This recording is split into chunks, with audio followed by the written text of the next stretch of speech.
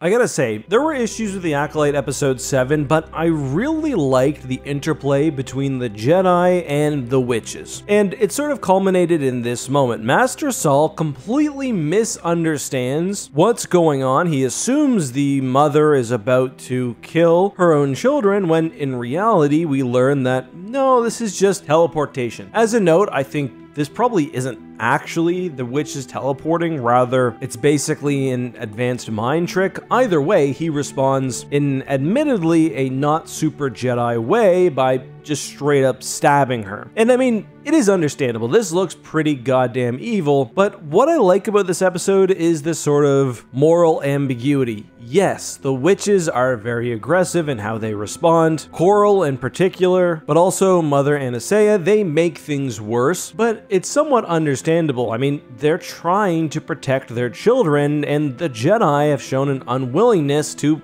leave well enough alone. From the Jedi perspective, however, they are misunderstanding things. They think there's a greater threat to the children than probably exists. May's mark, for example, is presumed to be some sort of dark mark, and a lot of this comes down to the preconceived notions and prejudices of the Jedi. What's interesting to me, however, is that the Jedi Order doesn't actually fail here. It's the individual failings of Saul and also Torben alongside a bunch of other factors that lead to this big, messy, and eventually tragic disagreement, and I think that's realistic. It's not usually as simple as good versus evil, and that makes the regret that Saul has been holding on to for all these years, I think, a bit more profound. Let me know your thoughts below.